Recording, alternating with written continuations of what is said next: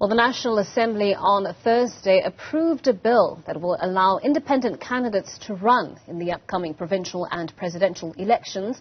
But numerous opposition parties and civil society organizations have warned that their chances will be slim. Joining us to react to this development is Mandisa Mashego, who is with the New Nation Movement and Citizen Parliament, the organizations that first brought the matter before the Constitutional Court. Mandisa, thank you so much for your time and thank you for joining us in our studios this morning. Thank you, Ntokozo. Thank you to your management and good morning to your viewers. So let's start with the New Nation Movement's reaction to the bill being passed this Thursday. We've had a number of civil society organizations and political parties already push back against that development. What's your response?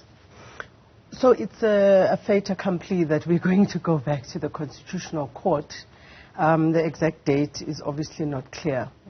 We must remember that even when the public hearings were held earlier this year, it was only because we had threatened to go to the Constitutional Court after the deafening silence that took place between June 2020, which is the date when Justice Madlanga and the team at the Constitutional Hill, the Constitutional Court passed the judgment, the revolutionary judgment that we all celebrate, which is really going to be with us forever and a day. And so it's been a trend and a pattern of, the Home Affairs Committee and the Speaker to deal with this thing in a legal way, sort of, and to deal with it only if they are pushed, only if they are basically, essentially, dragging their feet, petted and begged, and really just even persuaded through court litigation. But if that's what it is, it means that that's what we are committing to. And so that's definitely a given, that we are going to go back to the Constitutional Court on several grounds. Primarily being that, the Constitution and the Bill of Rights are about fairness. I think that's logical, about fairness and justice and balancing your rights to mine. What can I do to you for, in order to treat you within the confines of the spirit of the Bill of Rights and the Constitution of South Africa, which all of us were really mobilized around in the 90s to accept, and we've all bought into it. And so I don't understand why we now have to take the very same institution that claims to have led some sort of struggle to lead us towards a constitutional democracy, to now for them to respect the same constitution is extremely very painful, but this is what we have to do, because if we don't do it, posterity and our children don't have a country to inherit after us. I want to delve a little deeper into this critique that you've raised around the issue of fairness, which is the constitutional principle. A lot has been, mentioned around independent candidates, how they have been included in this electoral amendment bill, particularly around the issue of the value of a voter's vote.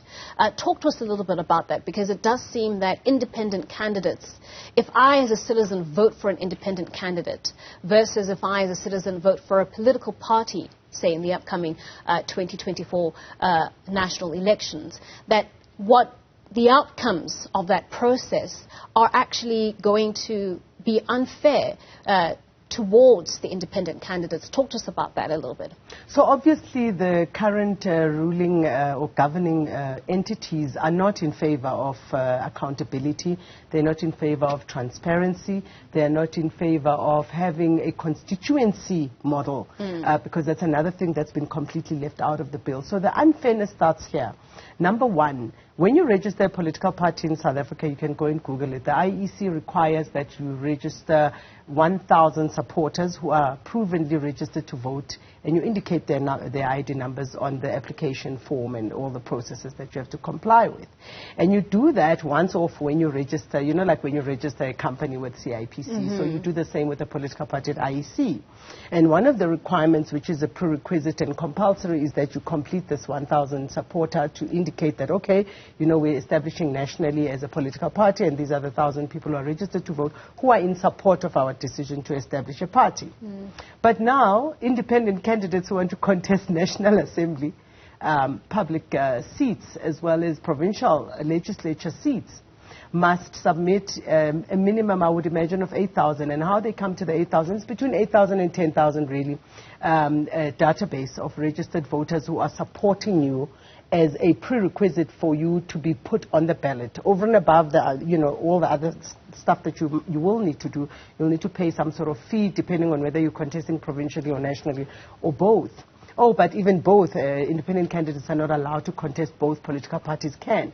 So a political party has to comply only once with the registration process, which is actually not a bad thing, because in any event, especially for the first election in 2024, should the gods of the ANC allow us, you know, and the people who supported them on this vote on Thursday, should this be permitted, and we are permitted to contest public office as independents, as individuals, it's necessary for you to mobilize and do work on the ground and talk to actual voters, primarily those who are not registered to vote, and then convince them to go and vote. So it's not a problem. You know, it's not really much of a crisis.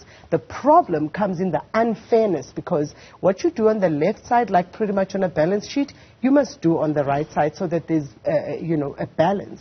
And so the unfairness really is also in the refusal or the deliberate neglect to pay attention to a model on the ground that will then govern this entire system, that will make it inherently accountable, that will force a public representative, whether they like it or not, to actually explain themselves to their constituency.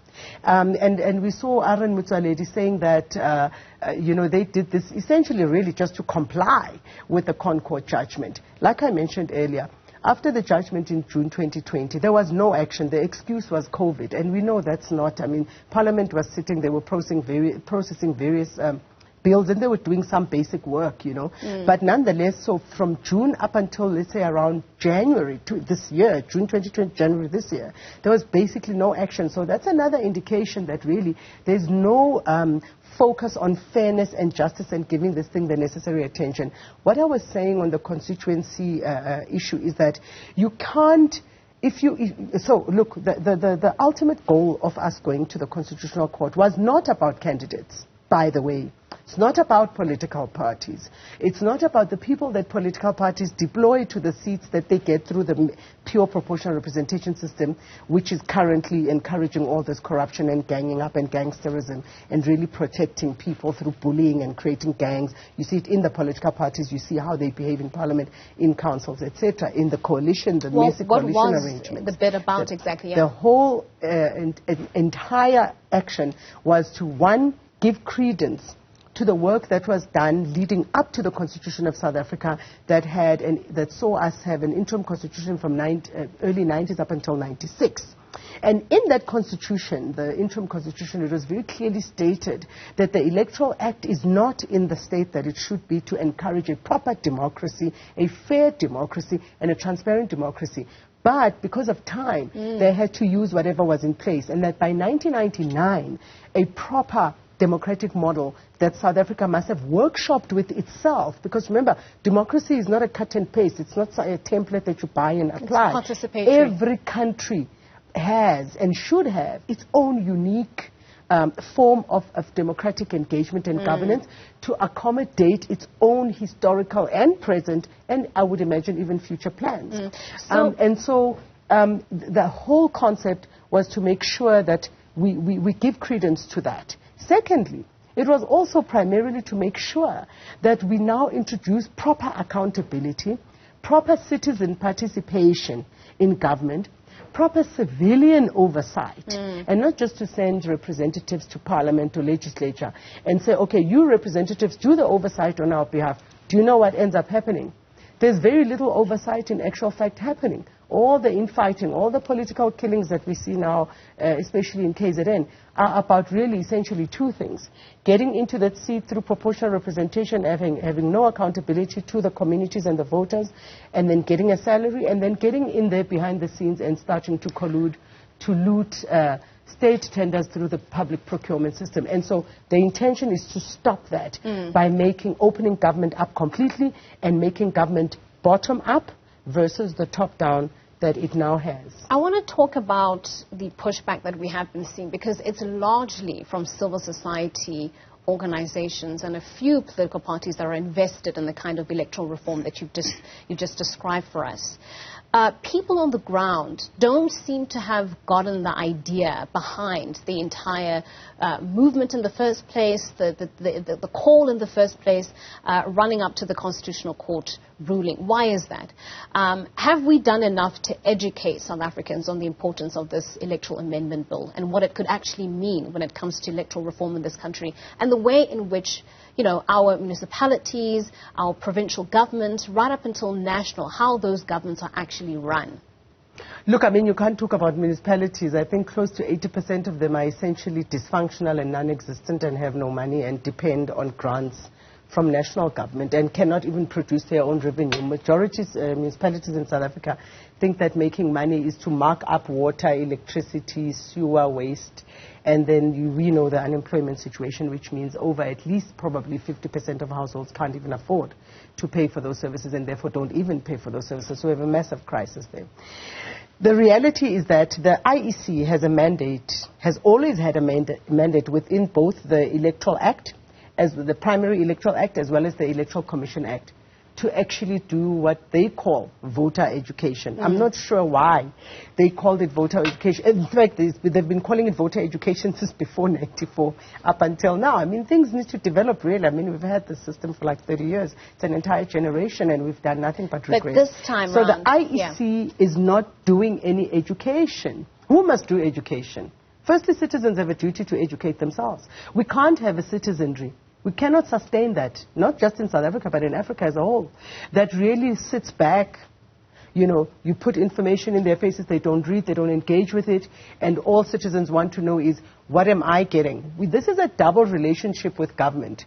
The relationship that we should have as citizens with government and public representatives between us and the state should be an interactive and an ongoing interactive relationship. So the budget that is there in the IEC to do voter education, as they call it, really should extend towards democratic education, right, governance education, budgeting. What are you entitled to as a citizen? What are you not entitled to? What are your rights? What are your obligations? Because also the era of emphasizing rights without talking about responsibilities has created this nanny state relationship between us as citizens and government. But not to say that there is no responsibility on broader government beyond the IEC. The IEC is governed by Home Affairs, is housed within Home Affairs. Home Affairs also by extension has got the duty to do proper democratic education. So this is about power relations. They're not going to provide the necessary education. We've seen how education itself, even in the mainstream education sector, primary up to tertiary education, has been watered down in South Africa. What is the intention of that? And the grant system has been increased. What is the intention of that? What is the intention of having 30 million people on a grant in South Africa versus focusing on productivity? So it's a whole power relations issue. The people who are governing now have no intention, and it is not their ambition, not their aspiration, for you to actually be empowered and have knowledge. As a voter. Despite the law clearly stating that. And so now, it's upon the hands of activists. We've run out of time, and we have to end our conversation there. But thank you so much for joining us and helping us to have that conversation. That is Mandisa Mashego, who is with the New Nation Movement and Citizen Parliament. Up next.